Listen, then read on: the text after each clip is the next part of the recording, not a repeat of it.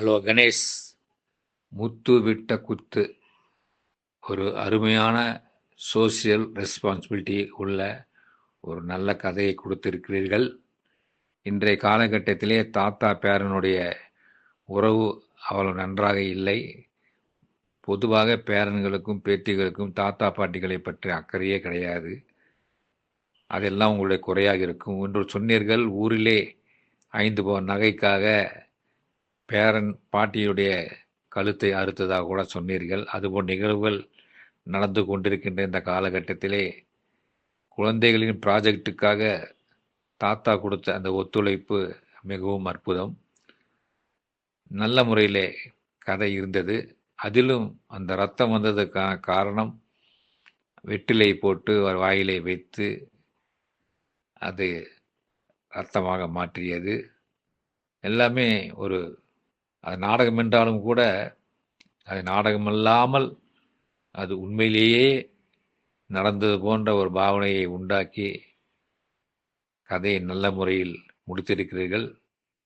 நான் கூட முதல் பாகத்தை படிக்கும்போது கேட்கும்போது ஏது இப்படி இப்படி கூட சண்டை நடக்குமா என்று யோசித்தேன். அது ஒரு டிராமா என்று அந்த 2வது பாட்டிலே தெரிந்தது தான் எனக்கு. ஆஹா, எவ்வளவு ஒரு பெரிய ஒரு நல்ல கருத்தை கணேஷ் சொல்லியிருக்கிறார் என்று நான் நினைத்து கொண்டேன். நான் நினைத்தது போலவே பின் குறிப்பிலும் நீங்கள் அதை சொல்லியிருக்கிறீர்கள். இப்படித்தான் ஒரு எழுத்தாளர் ஒரு கதையை சொல்ல வேண்டும். கேட்பவர்களுக்கு இது என்னடா கதை என்று இருக்க வேண்டும். கேட்ட பிறகு ஆஹா, இதுவல்லவா கதை என்று நினைக்க வேண்டும். அப்படிப்பட்ட ஒரு கதையை நீங்கள் சொல்லியிருக்கிறீர்கள். உங்களுடைய கற்பனை திறன் வாழ்க வளர்க என்று வாழ்த்துகின்றேன்.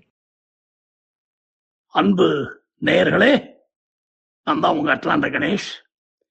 அதாவது 2 வாரத்துக்கு முன்னாடி வந்த நம்ம கதை முத்து விட்ட குத்து அப்படிங்கிறத பெரிய எழுத்தாளர் திரு ராஜேஷ்குமார் அவர்கள் கிட்டத்தட்ட 40 வருஷத்துக்கு மேலாக கதைகளை எழுதி குவித்துக் கொண்டிருக்கிறார். கிட்டத்தட்ட 1600 நாவல்களை எழுதியவர். இவர் ஒரு சஸ்பென்ஸ் கிங். மேல்நாட்டில் ஹிச்காக் மாதிரி தமிழ்நாட்டில் ஐயா ராஜேஷ்குமார் அவர்கள் அவ்வளவு பிரபலமான எழுத்தாளர். முத்து விட்ட குத்து அப்படிங்கிற என்னுடைய கதையை கேட்டுவிட்டு ஒரு விமர்சனம் கொடுத்திருக்கிறார். அத உங்கள் பார்வைக்கும் காதுக்கும் கொடுப்பதில் பெருமகிழ்ச்சி அடைகிறோம். ஆகவே கதையை கேட்ட திரு ராஜேஷ்குமார் அவர்களுக்கு நன்றி நன்றி நன்றி. ஓகே, இப்போ நம்ம இந்த புது கதைக்கு போலாம். ஓகே, வணக்கம் வணக்கம் வணக்கம். அன்பும் பண்பும் அறிவும் நிறைந்த உயிருக்கு உயிரான ரசிகர்களே, நேயர்களே, நான் தான் உங்க அட்லாண்டா கணேஷ் வந்து விட்டேன் புது கதையை சொல்வதற்காக. ஆரம்பிச்சிட்டீங்களா அப்படின்னு நீங்க கேக்குறீங்களா? ஆரம்பிச்சிட்டேன் ஐயா, ஆரம்பிச்சிட்டேன். ஆமா, கதையோட டைட்டில் அம்மி மம்மி அருந்ததி. நல்லா கேட்டுங்க, அம்மி மம்மி அருந்ததி. இதுதான் இந்த கதையுடைய டைட்டில். நம்ம அருந்ததி சென்னையில் பிறந்த ஒரு பெண். கதாநாயகியாவ தான். அவளுக்கு இப்போ கிட்டத்தட்ட 26-27 வயசாகி போச்சு. ஆனா சின்ன வயசுலலாம் அவ அப்பா பொண்ணு. ஏன்னா அந்த குடும்பத்துல எல்லாருக்கும் பசங்களே பிறந்தாங்க, பையங்களே. ஏண்டா பொண்ணே பிறக்கல, ஏண்டா பொண்ணே பிறக்கலன்னு எல்லாரும் கவலைப்படுற நேரத்துல நம்ம அருந்ததி அவங்க அப்பாவுக்கும் அம்மாவுக்கும் பிறக்க அவ்வளவுதான் ஒரே சந்தோஷம். பொண்ணு பிறந்துட்டா பெண்ணு பிறந்துட்டான்ட்டு ஒரே குஷி. அருந்ததியோட அப்பா அருந்ததி கிட்ட உயிரா இருப்பார். ஆனா மத்த எல்லாரையும் முடியா ட்ரீட் பண்ணுவாரு. எப்படி உயிரா முடியா ட்ரீட் பண்ணுவாரு. அப்படிப்பட்ட ஒரு மனிதர் அவர். ரொம்ப மூடி ஃபெலோ. ஏதோ வேலையை பார்க்குறாரு, சம்பாதிக்கிறாரு, அதெல்லாம் பண்றாரு, வைக்கிறாரு. ஆனா பொண்டாட்டிக்கு ஒரு துளி கூட மரியாதை கிடையாது. இதெல்லாம் ஒரு பொம்பளை ஜென்மம், ஹை என்னடா இதுக்கு அப்படிங்கிற மாதிரி ஒரு ஜஸ்ட் ஒரு நமக்கு கிடைச்ச இப்படி ஒரு பொம்பளை அப்படின்னு. எந்த பொம்பளை மேலேயும் மரியாதை கிடையாது, பெண் வர்க்கத்து மேலேயே அவருக்கு ஒரு மதிப்போ மரியாதையோ எதுவுமே கிடையாது. அப்படிப்பட்ட ஒரு மனிதர். ஆனால் தம் பொண்ணு அருந்ததிய உயிருக்கு உயிரா நேசிக்க ஆரம்பிச்சிட்டாரு. அப்படிப்பட்ட நேசிப்பு சாதாரண அல்ல. அருந்ததியோட அம்மா பாவம் நல்லவங்க, ரொம்ப நல்ல விஷயங்கள் தெரிஞ்சவங்க. அதாவது அருமையா பாடுவாங்க, ரொம்ப அழகா வயலின் வாசிப்பாங்க, அப்புறம் நம்ம பியானோ ஹீரோ இந்த மாதிரி விஷயங்கள் எல்லாமே தெரிஞ்ச ஒரு நல்ல பெண், நல்ல குடும்பத்திலேருந்து வந்தவங்க. பட் ரொம்ப பணக்கார குடும்பம்லாம் இல்லை. அப்படிப்பட்ட அம்மாவை போட்டு பாடாப்படுத்துவார் அருந்ததியோட அப்பா. உனக்கு என்ன தெரியும், ஒரு அளவும் தெரியாது, ஒரு பேங்க்கில் போய் ஒரு 5000 ரூபா பணத்தை போடுன்னு சொன்னாக்க பயமாக இருக்குங்கிற, நீ எல்லாம் ஒரு பொம்பளையா, அப்படி இப்படின்னு கத்துன்னு கத்துவார். அப்படிப்பட்ட ஒரு ஆண் அம்மாவை படாத பாடுபடுத்துறதெல்லாம் பார்த்தவ இவ. ஆனால் இவளுக்கு அப்பா தப்பு செய்கிற போது தண்டிக்கிறாரு, திட்டுறாரு, இதில் என்ன தப்பு இருக்கு அப்படின்னு நினச்சி, ஏன்னா பிகாஸ் அப்பா அவ்வளோ அன்பு அவன் மேலே பொழியறதுனால அவளுக்கு திருப்பி அந்த மாதிரி ஒரு அன்பு. அண்ட் எதையாவது கீழே போட்டான்னு சொன்னால் அவ்வளோதான், என்ன வளர்த்துருக்காங்க உன்னை, உங்கள் அம்மா உனக்கு ஒன்றுமே ட்ரைனிங் சரியாக கொடுக்கல, இப்படி வளர்த்து எந்தல்ல கட்டாங்க சே அப்படின்னு சொல்லிட்டு அம்மா கையில் சில சமயம் கண்ணாடி குத்தி ரத்தம் வழியும். அப்போ கூட போயிட்டு அறிவு இருக்கா உனக்கு, ரத்தம் கொட்டுற அளவுக்கு கண்ணாடியை போய் குத்திண்டு நீயே ஒன்று ஹர்ட் பண்ணிக்கிற மாதிரி இருக்கே, என்ன இதெல்லாம் ஒழுங்காக பண்ண மாட்டியா, ஒரு 10 வயசா அழகா ஒரு பொம்பளையா லட்சணமாக இருக்காம அப்படின்னு சொல்லி ஹர்ட் பண்ணி, ஏற்கனவே வருத்தத்தில் இருக்கிறவங்களும் ரொம்ப ஹர்ட் பண்ணுவார். அந்த மாதிரி ஒரு கேரக்டர் அந்த மனிதர். அதாவது விவரிக்க முடியாத ஒரு கேரக்டர். பெண்களை தூசு மாதிரி நினச்சி ட்ராஷ் மாதிரி நினைக்கிற ஒரு மனுஷன். அவங்களுக்கு நல்ல காலம் ஒரே ஒரு பொண்ணு தான். அண்டு அவங்க அம்மா சின்ன வயசுலேயே தனியாக போய் படுத்து ஒதுங்க ஆரம்பிச்சிட்டாங்க.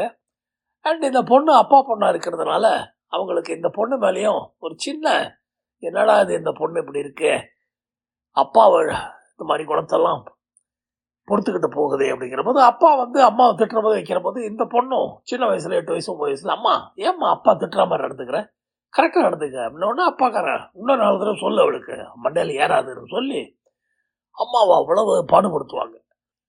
காலங்கள் வருடங்கள் ஓட ஓட ஓட அந்த பெண்ணுக்கு ஒரு 19-20 வயசு ஆகுது. அது மெடிக்கல் காலேஜில் சேர்ந்து படிக்குது வைக்குது. ஒரு 22 வயசில் மெடிசன் முடிக்கிற நேரத்தில் சுந்தரம்னு ஒரு பையன் ஆஸ்திரேலியாவில் கம்ப்யூட்டர்லாம் பண்ணி மக்களை படுத்துகிற ஒரு கான்டாக்ட் வர, அவனுக்கு இந்த பெண்ணை மனமில்லாமல் கல்யாணம் பண்ணி கொடுக்குறாங்க அந்த தம்பதிகள். என்னதான் வீட்டில் சண்டை மண்டை உடஞ்சாலும் 2 பேரும் வருஷ கணக்கில் ஒன்றா சேர்ந்து வாழறதான நம்ம இந்தியன் பண்பாடு. என்ன பண்பாடு, என்ன பாடுபடுத்தினாலும் அது ஒரு பண்பாடு அப்படின்ட்டு ஒரு 40-50 வருஷம் சேர்ந்துருந்தாலும் ஓகேன்ட்டு. அருந்ததி கல்யாணம் ஆகும்போது அவங்க அம்மாவுக்கு 45 வயசு தான் பாவம். ஸோ இந்த பெண் இதையே பார்த்துக்கிட்டு வளர்ந்தது. அவன் சுந்தரம் ஆஸ்திரேலியாவில் கம்ப்யூட்டர் இன்ஜினியராக இருந்து வளர்த்து கட்டுறான். இவளையும் கூட்டிகிட்டு போகிறான். இவன் டாக்டர் வேறு. அங்கே படிக்க வேண்டிய படிப்பெல்லாம் படித்து டெஸ்ட்டெல்லாம் பாஸ் பண்ணி யூஸ் பண்ணி ஒரு 24-25 வயசில் டாக்டர் ஆகிட்டாங்க. அண்ட் அப்பப்போ 2 வருஷத்துக்கு ஒரு தடவை வருவாங்க. வந்தாங்கன்னா அப்பான்னு உயிராக இருப்பேன். டெய்லி அப்பாவுக்கு ஃபோன் பண்ணுவேன், எல்லாம் பண்ணுவேன். அம்மா காரிட்ட ஹலோ அம்மா எப்படிமா இருக்கேன், எல்லாம் ஓகே அம்மா, அப்பா நல்லா பார்த்துக்குமா அப்படின்ட்டு அப்பா பார்த்துக்குன்னு உயிர் எடுப்பேன். ஸோ அங்கே கல்யாணம் ஆகி போன உடனே பல விஷயங்கள் அவளை பார்க்குற போது அவளுக்கு ஆச்சரியமாக இருக்குது. அடே இப்படிலாம் கூட வாழ்க்கையில் நடக்குமா, வித்தியாசமாக இருக்கே இது, ஆஸ்திரேலியாவே சூப்பர் கண்ட்ரியாக இருக்குது அண்ட் பீப்புளெலாம் ரொம்ப நல்லவங்களாக இருக்காங்களே அப்படிலாம் நினச்சி இதெல்லாம் பண்ணுறாங்க. வீட்டில் ஹஸ்பண்ட் ரொம்ப அனுசரணையாக இருக்காங்க. அப்படி இப்படி 1-2 குழந்தைகளும் பிறக்குது. ஒரு 8 வருஷம் ஓடுது. இந்த டாக்டரா கொடி கட்டி பறக்கிறா ஆஸ்திரேலியாவில். அப்படிலாம் இருக்கிற போது நம்ம அப்பா சௌக்கியமாக இருக்கணும், அம்மா சௌக்கியமாக இருக்கணும் அப்படிலாம் நினைக்கிற போது அப்பாக்காரர் வித்தியாசமான டைப்புங்கிறது தெரியும் அவளுக்கு. இருந்தாலும் தம் மேலே உயிரை வச்சிருக்காருன்னு இவ்வளோ அவர் மேலே ரொம்ப பிரியமாக இருக்கா. அண்ட் ஆஸ்திரேலியா ஒரு 10 வருஷம் இருந்ததுக்கு அப்புறமாக யோசிச்சு பார்க்குறா பல விஷயங்களை. இப்போது அம்மாட்ட இருந்து ஒரு ஃபோன் வருது. இந்த மாதிரி நான் ஒரு 30-35 நாளைக்கு ஒரு டூர் போகிறேன், அதாவது காசிக்கு போகிறேன், கயாவுக்கு போகிறேன், அப்புறம் நம்ம கைலாஸ் மலைகளை எல்லாம் போயிட்டு வர போகிறேன். அண்ட் அப்பாவை நம்ம வீட்டில் இருக்கானே மணி, நம்ம தூரத்து சொந்தக்கார பையன் இங்கேயே நம்ம கூட வேலை செஞ்சிட்டு இருக்கானே, அவன் பார்த்துக்க போகிறான் அப்படின்னு சொல்ல, அம்மா என்னம்மா அப்பாவை தனியாக விட்டு போகிறேங்கிற, என்னம்மா பண்ண முடியும், அப்பாவுக்கும் இன்ட்ரெஸ்ட்டில் வரத்துக்கெல்லாம் அவருக்கு நம்பிக்கையும் இல்லை இதெல்லாம். அப்படி இருக்கிற போது நான் போய் போகிற வழிக்கு புண்ணியம் தேடிக்க வேண்டாமா அப்படின்னு சொல்ல, என்னம்மா உனக்கு வயசாகி போச்சு, 60 வயசு தான் ஆகுது, உனக்கும் அப்பாவுக்கும் 12 வயசு வித்தியாசம், அவருக்கு 72 ஆகி போச்சு அப்படின்னு சொல்ல, சரி சரி அதுக்காக வேண்டிய அப்பா வரலைன்னாக்கா அவர் ஃபோர்ஸ் பண்ண முடியுமா, நான் என் லைஃப்பை பார்த்துக்க வேண்டியதானே அப்படின்னு சொல்லிட்டு அம்மாக்காரி சொல்ல, சரிம்மா போயிட்டு அம்மா ஜாக்கிரதை, மணியை பார்த்துக்க சொல்லலாம் சொல்லிட்டு இவ கடகடன்னு அப்பா போகிறாரு, அம்மா போகிறாங்கன்னு சொல்லிட்டு அம்மாவுக்கு பாயெல்லாம் சொல்லி அனுப்பிச்சிடுறாங்க. அம்மாவும் கிளம்பி போயிடுறாங்க. இப்போது அப்பா தனியாக இருக்கார் வீட்டில். அண்ட் அந்த பையன் மணின்னு ஒருத்தன் பார்த்துக்கிறவன் அவருக்கு சமைச்சு போட்டு இதை போட்டு, அம்மாக்காரி போகிறதுக்கு முன்னாடி இன்னொரு தடவை சொல்லிவிட்டு இப்படி பண்ணா அப்படி பண்ணா, அவருக்கு இதுதான் பிடிக்கும் அதான் பிடிக்கும், புளிக்கிற தயிராக இருக்கணும், நல்ல மோர் புளிச்சிருந்தா தான் அவருக்கு பிடிக்கும், அதே மாதிரி சாதம் கொஞ்சம் குழஞ்சி இருக்கணும், சாம்பார் தண்ணியாகவும் இருக்கக்கூடாது கெட்டியாகவும் இருக்கக்கூடாது, அந்த மாதிரி ஒரு வித்தியாசமான ஒரு சாம்பாராக இருக்கணும், அவருக்கு அதெல்லாம் தான் பிடிக்கலாம் சொல்லி இல்லை எல்லாம் பண்ணி, ஏதாவது பிரச்சனைன்னு சொன்னால் பக்கத்து விட்டு மாமியை புஷ்பாட்டு போய் இதெல்லாம் கேட்டு வாங்கி கட்டுறலாம் சொல்லி போது அவனும் சரி சரின்னு மண்டே ஆட்டலாம் வைக்கிறான் போகிறான். ஒய்ஃப் அந்த பக்கம் போகிற உடனே இவர் ஒய்ஃபுக்கெல்லாம் பயப்பட மாட்டார், இருந்தாலும் ஒய்ஃபு மருந்தெல்லாம் கரெக்டாக கொடுப்பா, எப்போ போவேன் எல்லாம் பண்ணுவேன். மணியும் அதே மாதிரி எல்லாம் இதெல்லாம் கொடுக்குறான், மருந்து இருந்து எல்லாம் கொடுக்குறான், எல்லாம் பண்ணுறான், சாப்பிட்றாரு வைக்கிறாரு. ஆனால் ஒய்ஃப் இருக்கிற வரைக்கும் காஃபிக்கு சுகர் போட மாட்டாங்க. இவர் ஃபோர்ஸ் பண்ணிடே சுகர் ஒன்று எனக்கு கொஞ்சம் கொண்டா சார், உங்களுக்கு சுகர் கொண்டாடா அப்படின்ட்டு உடனே அவன் ஃபோன் பண்ணி அருந்ததிக்கு, அம்மா இந்த மாதிரி ஐயா சுகர் சுகர் கேட்குறாரு பாவம் வயசான காலத்தில், குடுறா சுகரை அப்படின்னு சொல்ல, அந்த ஜாரை கொண்டு போய் வச்சிரு, அவருக்கு வேணுங்கிறத போட்டு பாரு, நான் சொல்லிக்கிறேன் கொஞ்சமாக தான் போட்டு பாருன்னு சொல்ல, அவர் எடுத்து அதை 2 ஸ்பூன் போட்டுக்கிறாரு.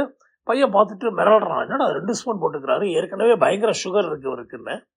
அதே மாதிரி அடுத்த ஒரு 2 நாள் ஐஸ்கிரீம் 2-3 வாங்கிட்டு வாடான்றாரு. இவன் ஷாக் ஆகி, சார் உங்களுக்கு அதெல்லாம் சாப்பிட சும்மா வேலையை பார்த்துட்டு போடா, என் பொண்ணே ஓகேங்கிறா, அப்புறம் உனக்கிறடா வந்து சொல்ல, ஃபோன் பண்ணி ஐஸ்கிரீம் கேட்குறதெல்லாம் கொடுறா, பாவம் வயசான காலம், நம்மெல்லாம் ஒரு தடவை தான் லீவ் பண்ணுறோம், அப்போ அதுக்குள்ளே சாப்பிட்றது சாப்பிட்டோம் பாவம், அப்பாவுக்கு ஏற்கனவே அம்மா இருக்கிற போது நாக்கை ரொம்ப கண்ட்ரோல் பண்ணி வச்சுட்டாங்கலாம் சொல்ல, சரி ரைட்டு ஓகேன்னு அவரும் வாங்கி கொடுக்க வைக்கும் போது அவர் ஆசைப்பட்டதெல்லாம் சாப்பிட்றாரு.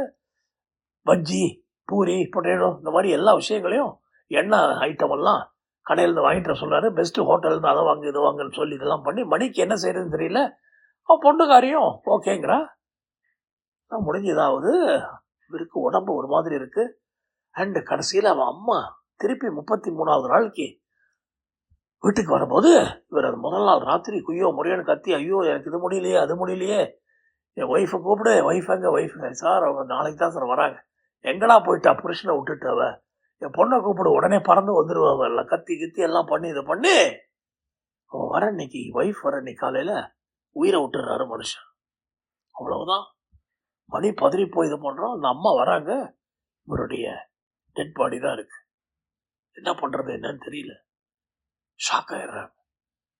உடனே ஃபோன் பண்ணி அங்கே சொன்னால், ஐயோ அப்படி ஆகிப்போச்சான்னு சொல்லிட்டு இந்த டாக்டர் அம்மா இருந்தது பொண்ணு, நான் வரேன் பாது வரைக்கும் பாடியை வச்சிருப்பாங்கள சொல்ல, இவங்க அம்மா வரும்போது இவங்க பார்த்துட்டு ஷாக் ஆகி, அடா பாவிகளா என்னடா பண்ணீங்க, ஹஸ்பண்டை ஒரு 35 நாள் உங்களை பார்த்துக்க சொன்னாக்க இந்த மாதிரி பண்ணிட்டீங்களடா, உயிரே போயிடுச்சுன்னு கதறா. திரைக்கும் அவ்வளோ கஷ்டப்பட்டாவோ நம்ம இந்தியன் பண்பாடு, அந்த பண்பாடுல கல்ச்சர். ஐயோ சுமங்கலியா போன நினைச்சேன், சுமங்கலியா போகாம அவரை முதல்ல அனுப்பிச்சிட்டேனே, நான் இந்த காசி கயா இதுக்கெல்லாம் போயே இருக்கக்கூடாதுலாம் கதற. அப்படி இல்லைம்மா பொண்ணு வந்துக்கிட்டே இருக்காங்க அப்படின்னு சொல்லி இந்த மாதிரி ஒரு கொஞ்சம் ஸ்வீட்டெல்லாம் சாப்பிட்டாரு. ஏன்டா வாங்கி கொடுத்தா, இல்லை பொண்ணு உங்கள் பொண்ணு அருந்ததி தான் ஓகேன்னு சொன்னாங்க, அருந்ததி ஓகேன்னு சொல்லலாம்னு சொல்லிட்டு, என்ன அப்பா பொண்ணு அது, அவர் என்ன கேட்டாலும் சரி சரின்னு சொல்லி உயிரையே வாங்கிடுச்சா சனியன் அப்படின்னு நான் சொல்லி கத்தி கித்தி எல்லாம் பண்ணுற போது அங்கே இந்த பொண்ணு அவங்களுக்கு தாங்கவே முடியல. அருந்ததி வரத்துக்கு ஒரு 40 hours 48 hours ஆகுது, 2 நாள் ஆகுது. அது வரைக்கும் பாடியை வேற சேவ் பண்ணி வைக்கணும். பண்ணி அருந்ததி ஏர்போர்ட்டில் இறங்கி அவள் ஃபோன் பண்ணி எங்கேயாவது பேசி, அம்மா வந்துட்டேம்மா இன்னும் கவலைப்படாதம்மா, நான் இருக்கேம்மான்னு சொல்லி வரும்போது அவன் அம்மா இறந்துருக்காங்க. ஷாக்கில் ஐயோ அதை தாங்க முடியல, கணவர் போன ஷாக்கு தாங்க முடியாமல் இறந்து கிடக்க, ஐயோ அப்படின்னு கத்தின அருந்ததி அம்மாவை கட்டிக்கிட்டு, அம்மா என்னம்மா இப்படி என்னை விட்டுட்டு போயிட்டியம்மா, நீ 100 வயசு இருக்கணும், உன்னை ஆஸ்திரேலியா கூட்டு போயிட்டு கடைசி ஒரு 15-20 வருஷம் ஒரு சந்தோஷமாக வச்சுக்கணும்னு அப்பாவுக்கு என்ன சாப்பிட கேட்டாலும் குடுறான்னு சொல்லி அவர் எப்படியும் திருந்த போறதில்ல, உன்னை எப்போ மட்டம் தட்டிட்டு இருக்க போறாரு, உன்னை திட்டிக்கிட்டு இருக்க போறாருன்னு சொன்னா, அதனால தான் டாக்டரா இருந்தோம் என்ன பண்ண முடியும், அப்பாவோட ஆசையெல்லாம் நிறைவேற்றுன்னு சொல்லி செல்ஃபிஷ் இன்ட்ரெஸ்ட் சொன்னேம்மா, உனக்காக தான் சொன்னேன், உனக்காக தான் சொன்னேன், கதறி மண்டே அடிச்சுக்க. அவள் போட்ட கணக்கொன்று, அந்த ஆண்டவன் போட்ட கணக்கொன்று. அவ்வளவுதான், கதை முற்றும். அடுத்த கதையில் சந்திப்போம். உங்கள் அட்லாண்டா கணேஷ். வணக்கம்.